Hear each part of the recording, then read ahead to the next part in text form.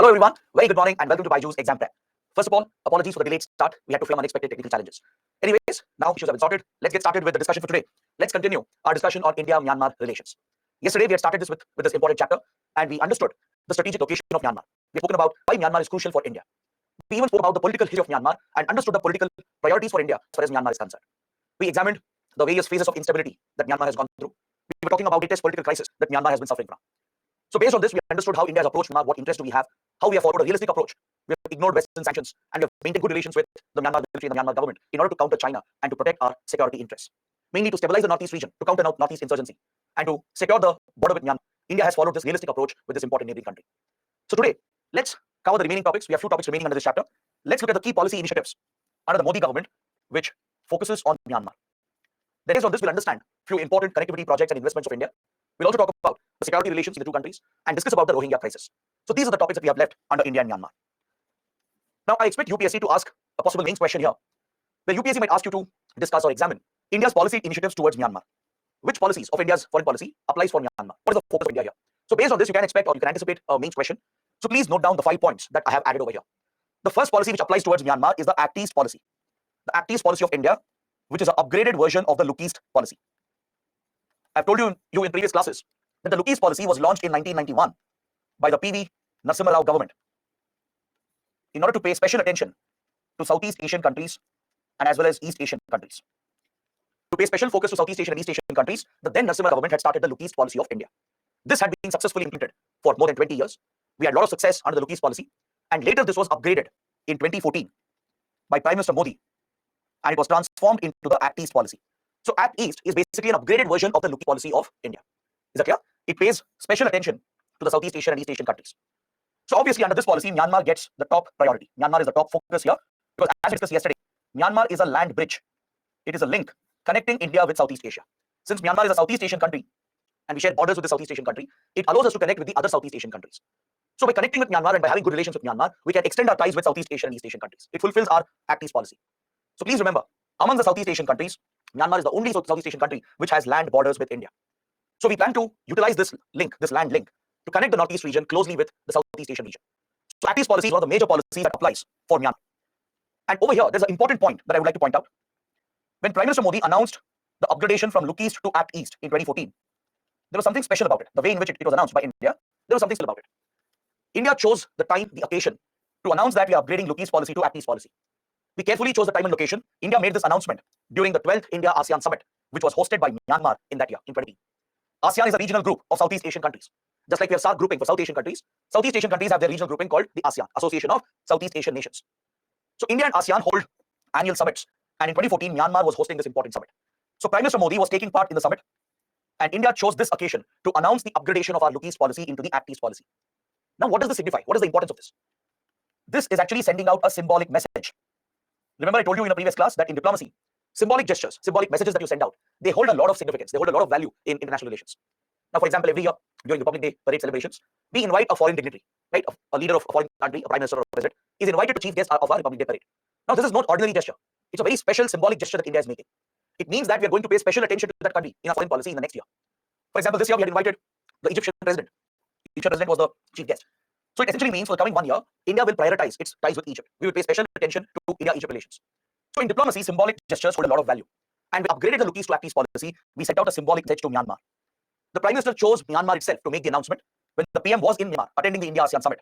That is when the announcement was made, thereby signaling the importance of Myanmar to our Act East policy. It basically meant that our Act East policy begins from Myanmar. Myanmar is the starting point. Myanmar is the gateway. It is the gateway for connecting India with Southeast Asia. That is the message we were sending out. All right. So it meant we are going to treat Myanmar as a land bridge, as a land link that connects us with Southeast Asian countries. So this clearly shows the importance of Myanmar, the strategic and economic significance of Myanmar, because it marks the beginning, the starting point of our Act East policy. So other than the Act East policy, even the neighborhood first policy connects us with Southeast Asian countries.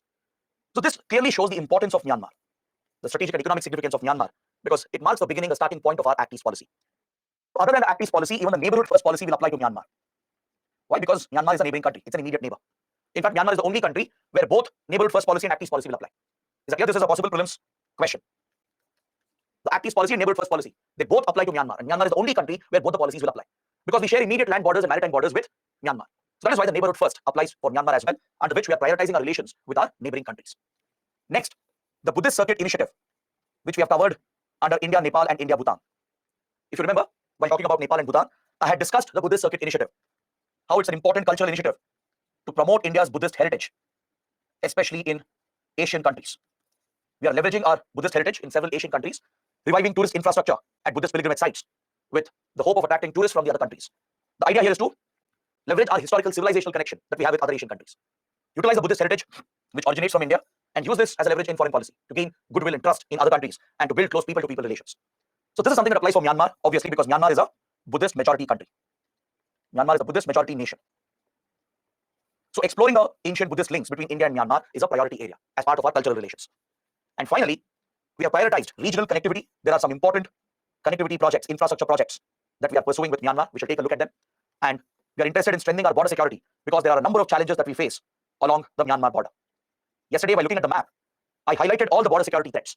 I pointed out how this is a highly porous border because of the complex geography and complex terrain. We understood the cross-border movement of insurgents and how organized criminals have capitalized on the border areas, the cross-border support that they get, proximity to Golden Triangle region, from where there is a free flow of drugs and weapons, how this fuels insurgency and terrorism in Northeast India, how hostile countries like China have exploited the border to create problems for India. So this is a priority for us, tackling these threats, because these border security challenges, they have destabilized Northeast India. So to protect India's sovereignty and integrity, it's extremely important to tackle these border security challenges. So these are the priorities, the 5 major policy priorities we have in Myanmar. One is to successfully implement Act East policy. Use Myanmar as a bridge to further connect with Southeast Asia. Second, execute the neighborhood first policy as Myanmar is a neighboring country as well. Keep our neighbors close. Third, promote the Buddhist Circuit Initiative to build upon our Buddhist heritage and improve our cultural ties. Fourth, to speed up regional connectivity infrastructure projects. And fifth, to enhance border security in order to stabilize the Northeast region. So these are the 5 policy priorities of the Modi government as far as Myanmar is concerned. Now, based on this understanding, let's talk about some important connectivity projects. I want to take you through some important connectivity projects where India has invested in Myanmar. We'll take a look at them one by one. But before we start with connectivity projects, I want you to understand that we are witnessing a major power shift which is happening in the Indo-Pacific. This is quite relevant in the context of Myanmar, and I'll explain this. We are witnessing geopolitical shift which is happening from the Atlantic Ocean, rather it has already happened, towards Indo-Pacific Ocean or the Indo-Pacific region. Now, what is the shift I'm talking about? See, over the last 30 years, let's say from 1990s to 2023, during these 3 decades, we witnessed a clear shift in global geopolitics and also in the global economy. We are witnessing a clear shift of the focus from the Atlantic towards the Indo-Pacific. Is that clear? Because see, before 1990s, the center of the world, the hub of all important geopolitical and economic developments was the Atlantic Ocean. All major geopolitical and economic developments were happening in and around the Atlantic because that is where all the major powers were concentrated before 1990s, or at least until 1990s. From 1950s to 1990s, this was the center of the world. For almost 4 decades, the Atlantic Ocean and the region around it was the focus. All major geopolitical economic development happening in this region because all the big powers such as US, all the European countries, the West European countries, Soviet Union, they were all centered around the Atlantic. So all big military developments, economic changes, any geopolitical development, they were all happening in and around the Atlantic. So all these big powers concentrated their resources over the Atlantic, be it US, be it European countries or Soviet Union. All these powers of that era, they had deployed all their resources around the Atlantic to pay maximum attention to the region. Now, this focal point has shifted towards Indo-Pacific. After 1990s, the focal point has shifted towards the Indo-Pacific. Why? Because we have seen a decline of these major European powers. After the Cold War came to an end, after Soviet Union disintegrated, right? Most of the European economies started losing their significance. European economies started stagnating. Europe by then had become a developed region. These European countries started witnessing a saturation in their growth. Along with a decline in their growth numbers, their geopolitical military significance also started rising and declining. So in general, we saw a decline of the West, a decline of Europe after the 1990s.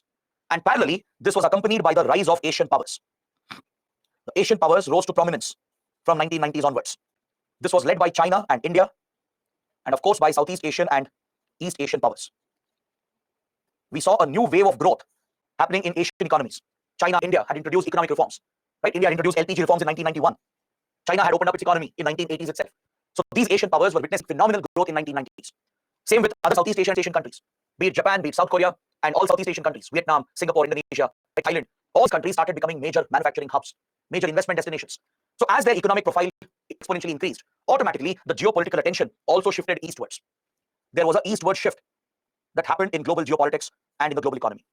So in the last 15 to 20 years, I would say from early 2000 till now, all the big geopolitical and economic developments are happening in and around the Indo-Pacific region. Is that clear? That is the understanding I want you guys to have. There is a clear shift in geopolitics which happened in the last 30 years, where global attention has shifted from Atlantic towards the Indo-Pacific.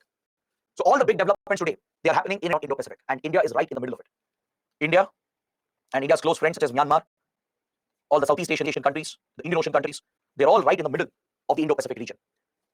So considering that all the big developments are happening here, the big powers of today, they have concentrated all their resources as well in the Indo-Pacific.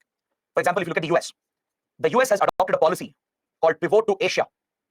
The US has shifted its pivot, it has shifted its focal point to Asia since 2009, when this policy was adopted by then President Barack Obama.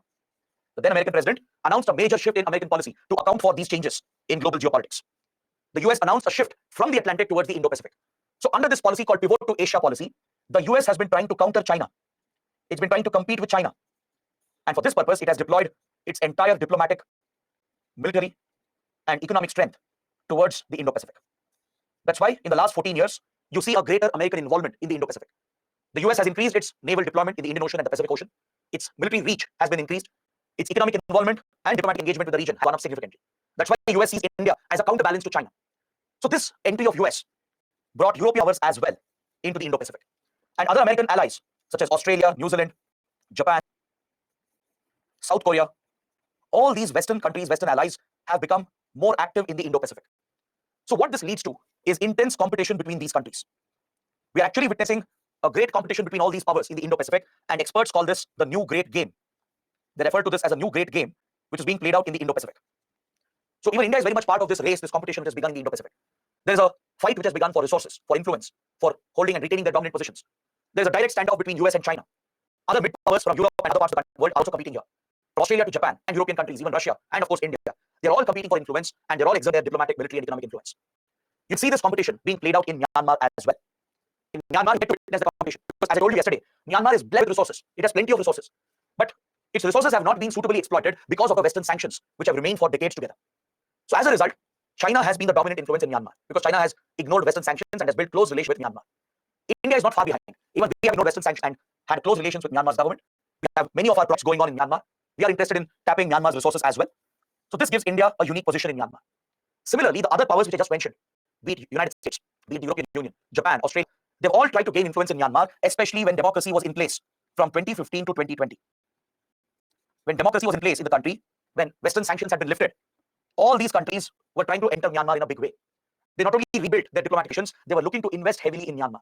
So this had triggered a great competition between the powers, which is often referred to as the new great game, which is going on in the Indo-Pacific. A great game is nothing but a geopolitical rivalry, a geopolitical competition between the big powers. This is often referred to as a great game. All right. So experts believe that a new great game has begun in the Indo-Pacific because of this intense competition amongst major powers. Here, India is in competition as well, and we're not just competing with China. We're not just competing with rivals like China. We are competing with friendly countries as well, like US, Union countries, Australia, and the others, to retain our influence, to gain hold of resources, to protect our interests amongst this stiff competition in the Indo-Pacific. This is a very, very important analysis. You should be familiar with this assessment. You never know, it could help you in your mains writing. Maybe there could be an essay on the Indo-Pacific, an entire essay topic. Without understanding this assessment, without bringing out this assessment, you're not going to get good marks. You have to explain the power shift which has happened from Atlantic Ocean towards the Indo-Pacific. You have to explain the decline of European powers and the rise of Asian powers, and how global action has shifted towards Indo-Pacific, thus triggering intense competition and rivalry between all the big powers. Is that clear? So you see that playing out in Myanmar as well, because Myanmar is one of the key countries in the Indo-Pacific region. All right. So keeping this in mind, let's take a look at the important connectivity projects that India has been pursuing in order to improve relations with Myanmar and to connect with Southeast Asian countries. See, when it comes to Southeast Asian countries, connectivity has always been the greatest weakness. If you look at South Asia and its equation with Southeast Asia, even though the regions are close, geographically they are closely located, historically, culturally they are closely linked, and still you don't find much integration within South Asia and between South Asia and Southeast Asia. That's because connectivity has been missing. Even though Myanmar is our neighbor, we hadn't developed enough infrastructure in the past. We don't have good, easy, viable connectivity with East Asian countries. This has been a roadblock for economic development and economic opportunities. So that is why India has come up with several important projects. We have made big investments in the country, all right, and we are mainly focused on infrastructure projects to boost connectivity. This has been a priority for India, connectivity projects. So let's look at a few projects that India is working on. We have India-Myanmar-Thailand Trilateral Highway project and a proposed extension of this project till Vietnam. We have proposed a railway line as well, parallel to this road connecting Delhi with Hanoi. These are some important projects that were conceptualized under Luke East policy, and they are being implemented under Act East policy. Now let me show you what this project is all about. Let's take the help of a map and understand what is this trilateral highway project. The IMT trilateral. Now let me show you what this is under Luke East policy, and they are being implemented under Act East policy. Now let me show you what this project is all about. Let's take the help of a map and understand what is this trilateral highway project. The IMT trilateral highway project. IMT stands for India, Myanmar, and Thailand. This project was proposed by India under the Look East policy, and it started implementing it under the Look East policy itself. And the implementation continues under Act East policy as well. Under this ambitious project, India is connecting important commercial centers, starting from Moe, which is a key border trading town in Manipur. Please note down the location. It's an important commercial town. Moe is a border town located on the India-Myanmar border. It is crucial for the trade between India and Myanmar. It is crucial for the local border economy. So we are planning to connect this border town in Manipur, that is Moe, and it's being linked through a roadway, through an expressway with Mandalay and Yangon, which are the key commercial centers in Myanmar. And we are further taking this route into Thailand, and it will connect with Mesort in Thailand. This is the route, the alignment of the project. Now you can expect a prelims question here as well, depending on the alignment of the project. And you should also know the significance of this project. See, this will allow us to directly link with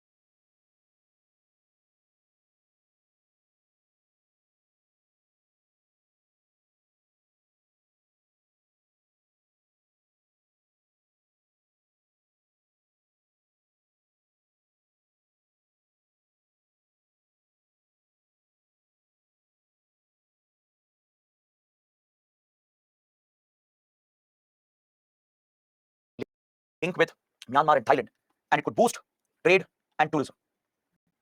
We are planning to sign a motor vehicles agreement to allow the free movement of vehicles, goods, and people, so that very soon we can begin direct road transportation between India, Myanmar, and Thailand.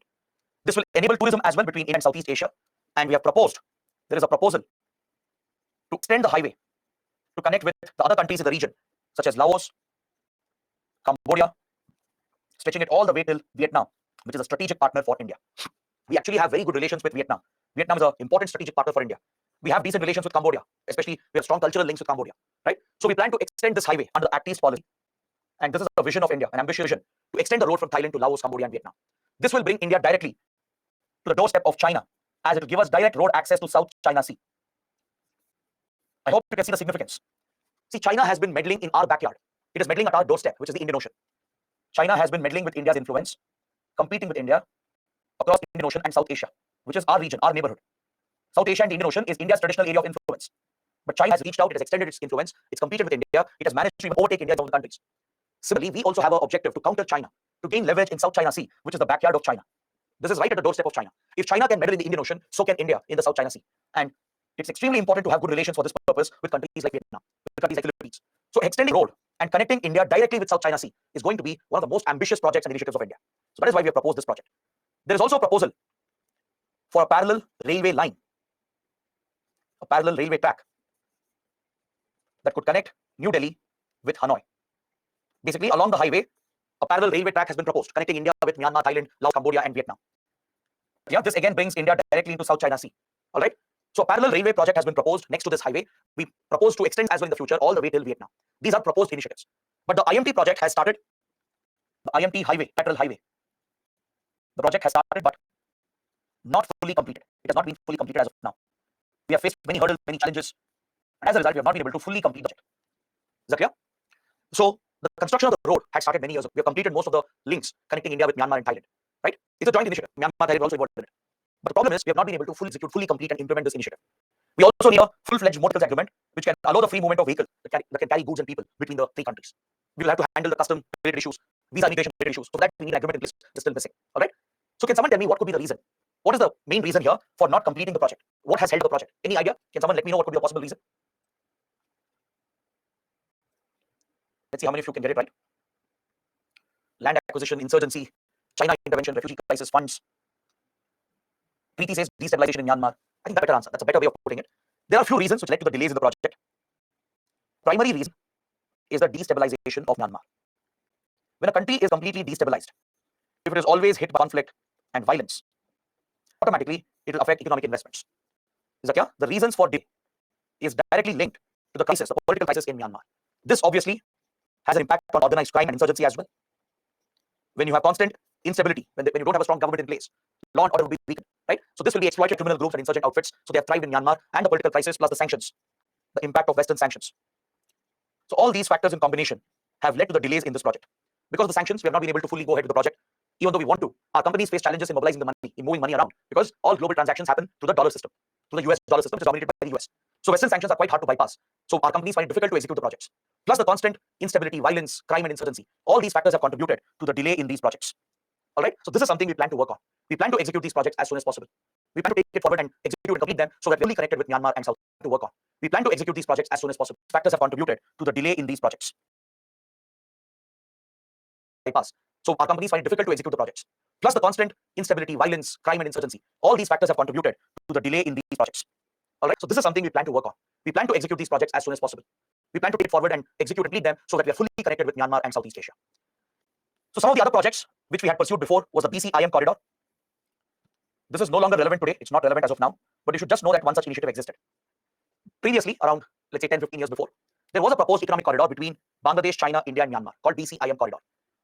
It was mainly led by China, and China wanted to connect with these countries and was exploring the possibilities of creating a land corridor, a trade and economic corridor to connect with these important countries. India was also quite interested initially, but after China came out with the Belt and Road Initiative, and after China tried including this as part of its Belt and Road Initiative, then India ignored the BCIM. We stayed out of BCIM. BCIM has no relevance today because of this, because India boycotted the Belt and Road Initiative. There's a reason why we have quit the Belt and Road Initiative of China. I'll not explain now. We'll discuss this under India, China, and India, Pakistan. When we come to the chapter, there I will explain what is the Belt and Road Initiative. We'll look at it in detail. We'll understand what problems does India have with this Chinese project, and why has India quit? Why have we boycotted the Belt and Road Initiative? For now, just understand that opposed to Belt and Road Initiative, India is against it. Since China tried including BCIM corridor as part of Belt and Road Initiative, we quit the initiative and it does not have any relevance today. However, China has gone ahead to build its close connectivity with Myanmar and its close relations with Bangladesh. China is very, very close to both the countries. All right. So India has stayed out of BCIM. It's no longer relevant, but it was one of the connectivity projects which existed before. Next, the proposed Delhi-Hanoi rail link, which I already pointed out. It will connect India with all the Mekong countries. Clear? Mekong countries is a reference to the Mekong River Delta. The Mekong River Delta is the most dominant feature of this part of Southeast Asia, which is called Indo-China region. These are the different names given to this region, where you find countries such as Cambodia, Laos, Myanmar, Vietnam, and Thailand. This place, this region where the CLMVT countries are present. All right, that is Cambodia, C for Cambodia, L for Laos, M for Myanmar, V for Vietnam, and T for Thailand. These countries are often referred to as Indo-China countries. This is a colonial term because see, the British and the French, they both had colonies here. From India to China, across Myanmar, Cambodia, Vietnam, all these regions, countries you have today, they were all part of British and French colonies. So they used to refer to the region as Indo-China because if you look at the map, you'll notice that it is sandwiched between India and China. It's located between India and China, so they started calling it Indo-China region. It's also referred to as the Mekong region, which is a reference to the Mekong River, which is the lifeline of these countries. Just like Ganga, Brahmaputra are the lifelines of India, right? They're the major rivers of India. Similarly, the Mekong River, which originates in China and flows into the CLMVT countries, is a critical lifeline for these countries. The Mekong River, major river in Southeast Asia. All right, it takes birth in China, it originates in China, flows into Myanmar and other Southeast Asian countries, goes all the way up till Vietnam. All these countries are heavily dependent on the Mekong River, so they're often referred to as Mekong countries or Mekong River countries or the Mekong Delta countries. All right. Now you should know such geographical terminologies as well because you can expect a map-based question here in your prelims. So India is looking to connect with these Mekong countries through road and railway projects. All right, we have faced hurdles, but we are looking to step up this involvement. Another important project involving India is the Kaladan project, the Kaladan Multimodal Transit Transport Corridor project. A very, very important project, very relevant for our prelims and mains. So let me explain what this project is all about. So the Kaladan project was also proposed under Look East policy. Its implementation started under Look East itself, and we are yet to complete this policy under Act East. It started under Look East, but we are yet to complete this connectivity project. That is the status, the current status. But however, it's a very, very important project. You should know the alignment of this project. You should know what it tries to achieve. The Kaladan project is a multi-level project because it involves multiple modes of transportation. It involves multiple modes of transportation. That's why it's a multimodal project. Is that clear? It involves a maritime link that connects the Kolkata port and the other eastern ports of India with the Sittwe port of Myanmar. The strategic Sittwe port that you see over here in the map, you can clearly see the Sittwe port. This has been developed by India. India has played a major role in developing the strategic port called the Sittwe port, which is located here in the Rakhine state of Myanmar. This is the Rakhine state. This coastal area that you see here, which belongs to Myanmar, this province, this region, is the Rakhine state of Myanmar. It faces the Bay of Bengal. Rakhine state, it opens towards Bay of Bengal. Myanmar has plenty of resources present here, including hydrocarbon reserves. So that is the reason why Myanmar is vital for countries like India and China. Because here in the Bay of Bengal, India shares maritime borders with Myanmar. Our EEZ is adjacent to each other's. We share exclusive economic zone with Bangladesh and with Myanmar. So India wants to remain a dominant strategic military and economic power, and hence it's important to have such connectivity projects. Through this maritime link, we hope to connect our eastern ports, especially the Kolkata port, with the Strategic Situate port, which India has developed in Myanmar. It's an Indian project. It's a very ambitious Indian project. And from here, we plan to connect the Situate port with the Kaladan project. Rakhine State, it opens towards Bay of Bengal. Myanmar has plenty of resources present here, including hydrocarbon reserves. So that is the reason why Myanmar is vital for countries like India and China. Because here in the Bay of Bengal, India shares maritime borders with Myanmar. Our EEZ is adjacent to each other's. We share exclusive economic zones. This has been developed by India. India has played a major role in developing the strategic port called the Situate port, which is located here in the Rakhine state of Myanmar. This is the Rakhine state. This little area that you see here, which belongs to Myanmar, this province, this region, is the Rakhine state of Myanmar. It faces the Bay of Bengal. Rakhine state, it opens towards Bay of Bengal. Myanmar has plenty of resources present here, including hydrocarbon reserves.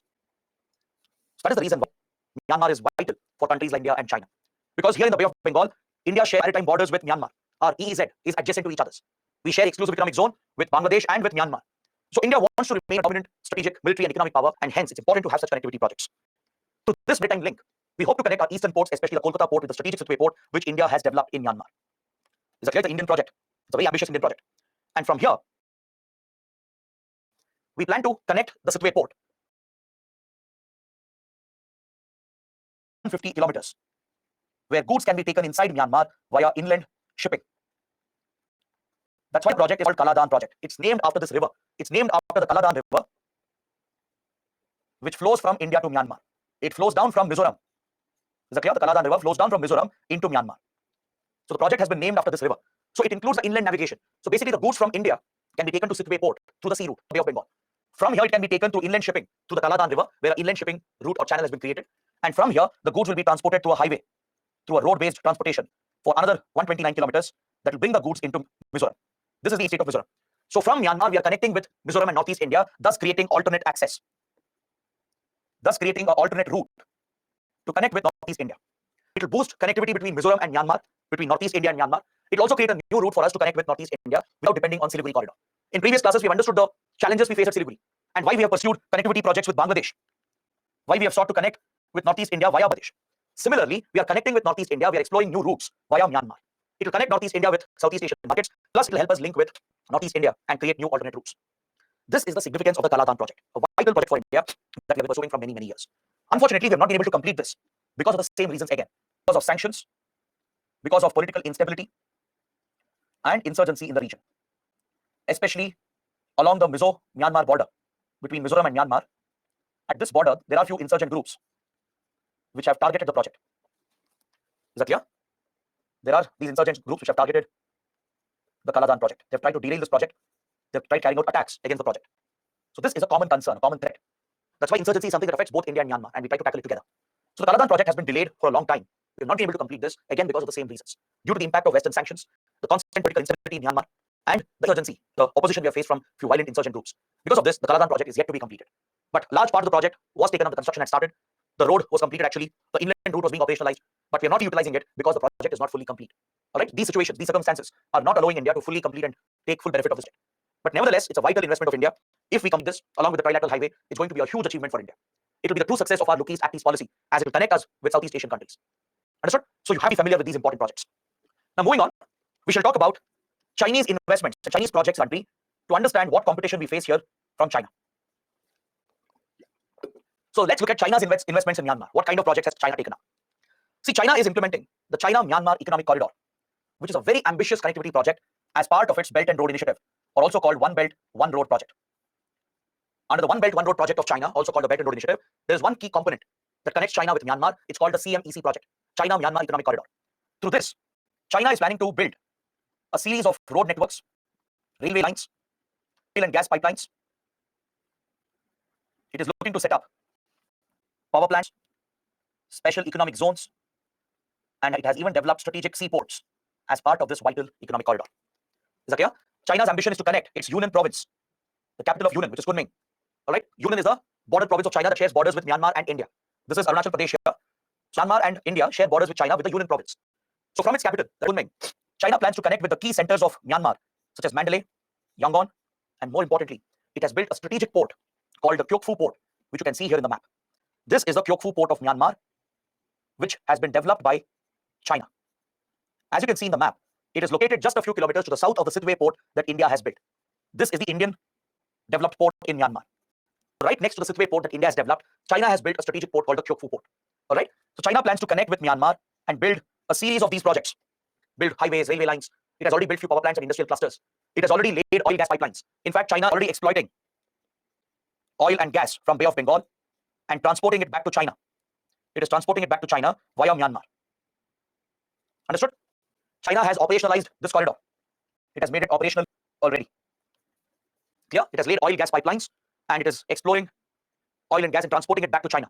It has built important road and railway lines, built power plants and industrial clusters. It has built a strategic Kyauk Phu port. So by executing these projects and by operationalizing them, China has gained a huge geopolitical advantage.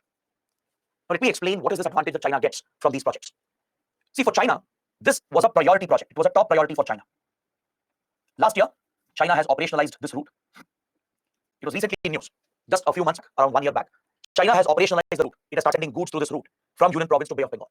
All right. Now let me explain the importance of this. See, China has a lot of dependency on a strategic choke point, which is the Malacca Strait. Remember in the first class, I had shown you where Malacca Strait is located. We had seen the map and had explained that Malacca Strait, or the Strait of Malacca, is roughly located over here between Singapore and Indonesia.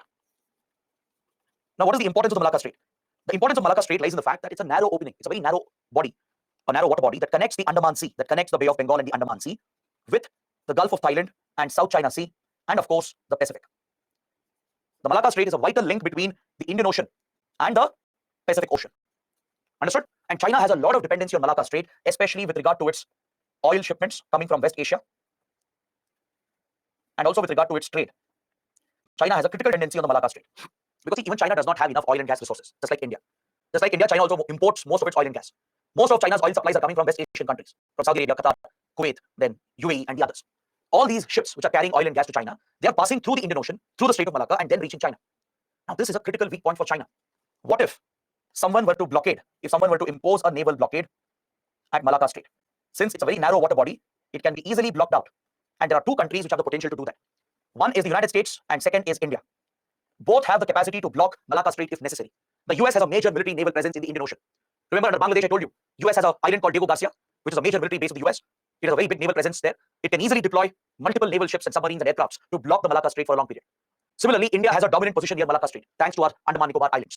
We have a tri-service unified command, where Army, Navy, and Air Force, they operate under a single command at the Andaman Nicobar Islands. We have deployed a lot of military assets at Andaman Nicobar, and from here we can easily block the Malacca Strait if required. So if we ever get into tensions, hostilities, a possible war with China, there is always a possibility of either India or US blocking the Malacca Strait. This is one way to cripple the Chinese economy, to put an economic cost on China. Both US and India have this capacity, the potential to do that. This has been China's fear. This has been China's biggest weakness. That is why China has been pursuing some important projects under Belt and Road Initiative to bypass Malacca Strait. China's dream is to bypass the Malacca Strait. Please remember this point, it's very, very important. China has actively pursued many projects to bypass Malacca, so it need not depend on Malacca Strait to access India. So China has been pursuing two projects for this purpose. One is the China-Myanmar Economic Corridor, and the other one is a similar project with Pakistan called CPEC Corridor, China-Pakistan Economic Corridor.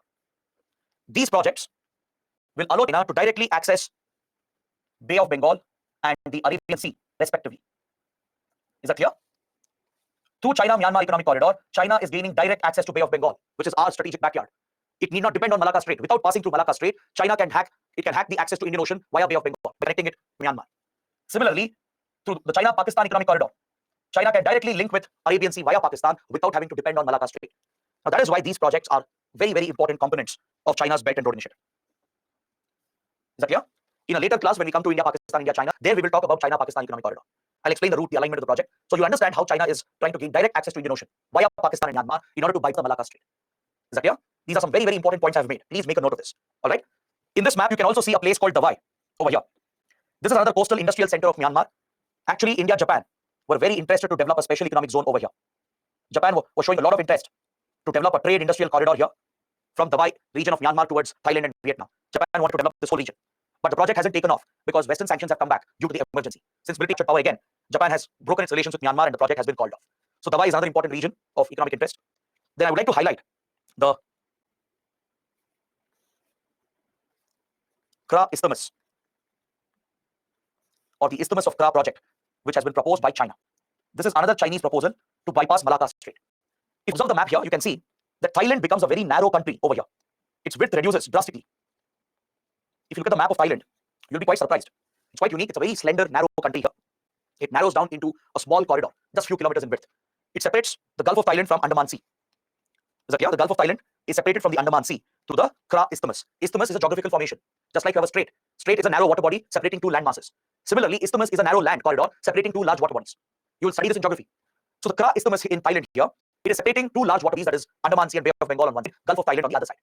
Now China's plan here is to build a canal to cut Thailand into two, to divide the region and build a canal called the Kra Canal, similar to the Panama Canal or the Suez Canal. The Suez Canal, Panama Canal are man-made canals which have shortened travel time and travel distance. Right? Similarly, China's proposal is to cut through Thailand, work with Thailand and cut Thailand apart, create a small channel, a very small channel for ships to pass through, so that China need not depend on Malacca Strait. This is another alternative route that China is pursuing. To build the Kra Canal over the Isthmus of Kra, by building this canal over Thailand, by cutting across Thailand, it's possible to do that because it's a very narrow land corridor, right? It's practically possible. That is how Suez Canal and Panama Canal were created. So this is another key project China is pursuing to bypass the Malacca Strait and directly access the Indian Ocean. All right. So China-Myanmar corridor is a key component of Belt and Road Initiative, which is allowing China to have access to Bay of Bengal and Indian Ocean. So oil shipments coming from West Asia can directly reach Kyokhfu port. From here, it can be taken to China to Union Province without depending on Malacca Strait. Similarly, oil shipments can be taken to Pakistan, and through China-Pakistan economic corridor, it can be brought to China. China need not depend on Malacca Strait. It will have direct access to Arabian Sea and the Indian Ocean. So these are some important investments, important projects that China is pursuing. So that is the kind of competition we face with China, and that's the reason why defense security relations are extremely important for India. We are focused on improving our defense security relations, especially to strengthen our border security. As I told you in the last class, we have very good relations with Myanmar's military. We have actually given them funds and weapons. We have helped them in training their armed forces. We have conducted joint exercises and joint operations as well. So India has very close defense military relations with Myanmar. We have important military exercises called IMBAX and IMNEX. Please remember this point. We have bilateral exercises with the respective armies and navies. We have even gifted a submarine to Myanmar's navy. We recently gifted the submarine. Recently, Indian Navy gifted an old Soviet-era submarine to Myanmar's navy to strengthen its maritime security. We have built and upgraded the strategic Sittwe port, which not only has commercial value, but it also has a lot of strategic potential. It will allow India to access the strategic port. Indian Navy can have access to the Sittwe port. We have conducted free hydrographic surveys for Myanmar, and we have shared the information and the maps with Myanmar. A hydrographic survey is basically an underwater survey.